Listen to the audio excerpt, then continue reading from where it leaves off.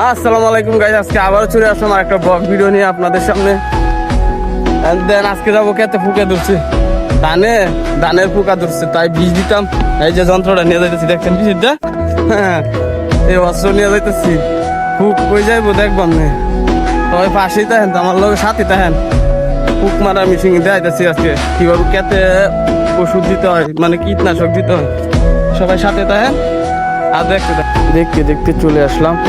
আব্বু আছে আমার সাথে, তা সব কিছু উনি বাস করে দিচ্ছে, আমি কলিকাতে ওষুধটা দিব।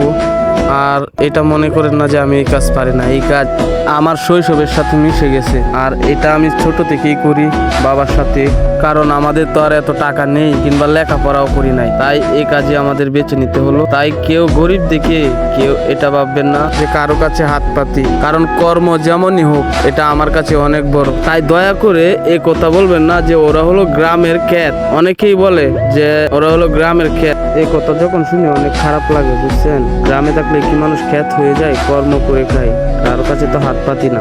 বলতে বলতে অনেক কথাই বলে ফেললাম, তাই কেউ মনে কিছু নিয়ে না, ছোট ভাই হিসাবে মাফ করে দিন যদি ভুল কোনো কিছু বলে থাকি।